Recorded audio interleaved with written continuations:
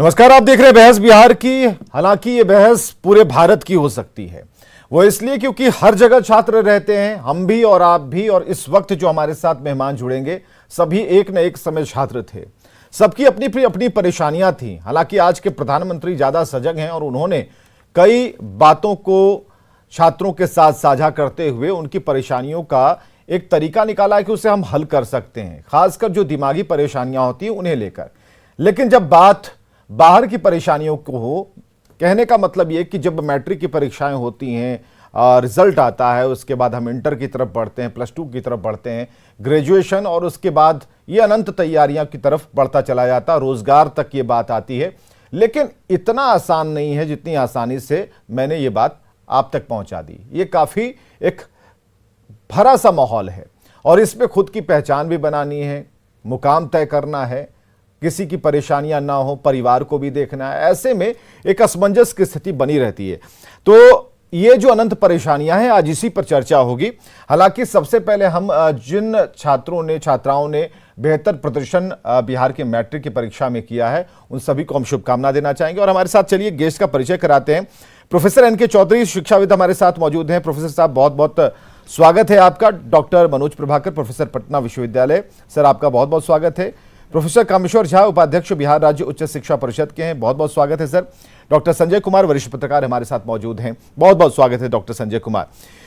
तो ये जो हमारे साथ चार ऐसे लोग बैठे हैं जिन्होंने दुनिया देखी है और जिस लाइन से हैं, जिसे आप कहते हैं ना कि जिस धारा से हैं, उस धारा पर इनकी एक मजबूत पकड़ है। जितने भी लोग इस वक्त आपको स्क्रीन पर दिखाई दे रहे हैं, हमारे साथ चार लोग बैठे हैं। ये चार लोग उस रास्ते को, जिस रास्ते में कठिनाइयां हैं, परेशानियां हैं, उसे तय करने में आपकी मदद करेंगे और करते रहे हैं। और आज जो इनके सफेद बाल हैं, उन परेशानियों को हल करते करते, पढ़ाते पढ़ाते, कुछ सीखते कुछ सिखाते आज इस मुकाम पर हैं। प्रोफेसर एन के चौधरी, सबसे पहले सर आपसे हम जानना चाहेंगे, अनंत परेशानियां हैं। 2 दिन से हम एक रिपोर्ट चला रहे हैं जिसमें हम दिखा रहे हैं कि बिहार के कई ऐसे विश्वविद्यालय हैं जहां पर सेशन लेट हैं। बड़े बड़े विश्वविद्यालय, नाम बड़े बड़े हैं। परेशानियां जब वहां पर हम ढूंढते गए तो हमें थोड़ा पीछे आना पड़ा और इस बीच में मैट्रिक का रिजल्ट आ गया। जिन छात्राओं से उनके पारिवारिक परिवेश, सभी चीजों पर जब बातचीत कर रहे थे, तब हमें बराबर वो याद आ रहा था कि हमने तो रिपोर्ट चलाई है, अब इस बच्चे को यहां से उठकर वहां पहुंचना है जिसकी रिपोर्ट आज ठीक नहीं आई। ऐसे में ये बहुत कुछ बनना चाहते हैं, बहुत कुछ करना चाहते हैं, दुविधाओं को दूर करने के लिए प्रधानमंत्री लगे हुए हैं। बावजूद इसके क्या ग्राउंड जीरो पर यह इतना आसान हो पाएगा? प्रोफेसर साहब, आप किस तरीके से इसे देखते हैं, जरा बताइए इसके बारे में। आसान नहीं होगा विवेक जी, बहुत महत्वपूर्ण सवाल आपने उठाया है। सवाल यह है कि क्या राज्य प्रायोजित शिक्षा, चाहे वो स्कूली स्तर पर हो, कॉलेज के स्तर पर हो या विश्वविद्यालय के स्तर पर हो, यह जो व्यवस्था है सक्षम है जिस संख्या में हमारे छात्र और छात्राएं उत्तीर्ण हो रहे हैं उन्हें गुणवत्तापूर्ण शिक्षा देने के लिए? मेरा सीधा उत्तर है नहीं। आप देखेंगे कि स्कूलों में शिक्षकों की भारी कमी है। अभी आपने बिहार का अध्ययन करवाया होगा अपने रिपोर्टर से, तो पाया होगा जो प्रशासक होते हैं, हेडमास्टर्स होते हैं, वो उनकी संख्या भी काफ़ी कम है। शायद सरकार इसके लिए प्रयासरत है, लेकिन हकीकत यही है कि बड़ी संख्या में शिक्षकों के पद रिक्त हैं, हेडमास्टर्स के पद रिक्त हैं। कॉलेजेस जो हैं, यहाँ बैठे हुए हैं उच्च शिक्षा आयोग के उपाध्यक्ष माननीय प्रोफेसर कामेश्वर झा, जिनका मैं व्यक्तिगत रूप से बहुत सम्मान करता हूँ, बताएंगे आपको। आप इनसे पूछिए, सरकार की तरफ से शायद ये जवाब आपको दे पाएँ कि क्या प्रतिशत है महाविद्यालयों में शिक्षकों की, जितने पद सृजित हैं उसका कितना प्रतिशत शिक्षक आज हैं। मैं गुणवत्ता का प्रश्न तो उठा ही नहीं रहा हूँ, अभी संख्या का प्रश्न उठा रहा हूँ।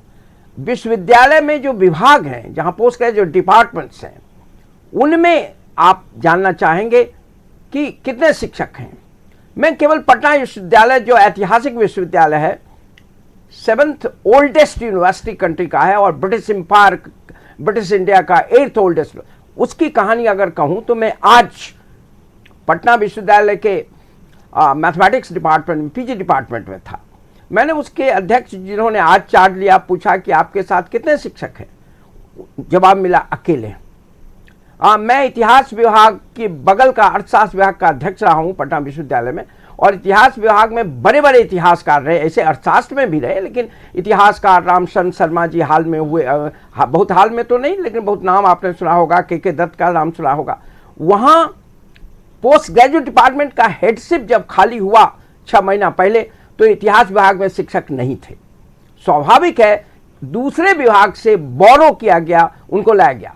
2 दिन पहले मैं इंग्लिश डिपार्टमेंट में था, पटना यूनिवर्सिटी के पीजी डिपार्टमेंट में। अर्जुन प्रसाद जी वहाँ पर अध्यक्ष हुए हैं, तो मैं उनको आशीर्वाद देने, बधाई देने गया था। मेरे मित्र के लड़के भी हैं, तो वहाँ मुझे मिल गए संस्कृत विभाग के अध्यक्ष। तो मैंने पूछा कि सुना है कि आप 2 विभाग संभालते हैं। कहा कि क्या करें सर, मैं तो संस्कृत विभाग का अध्यक्ष हूँ, बंगला विभाग में कोई नहीं है, तो मुझे वहाँ का भी अध्यक्ष बना दिया गया है और मैं बंगला जानता नहीं हूँ। तो ये तो मैंने कुछ नमूना कहा। आप यहाँ कामेश्वर झा जी, माननीय कामेश्वर झा जी से पूछिए। हाँ ठीक है सर, बिल्कुल प्रोफेसर कामेश्वर झा जी, आप वो संख्या कितनी कम है। दूसरी एक लाइन का, जी एक लाइन कहना चाहूंगा जी, जहां तक गुणवत्ता का प्रश्न है, और एक लाइन या 2 लाइन में मैं अपनी बात खत्म करूं।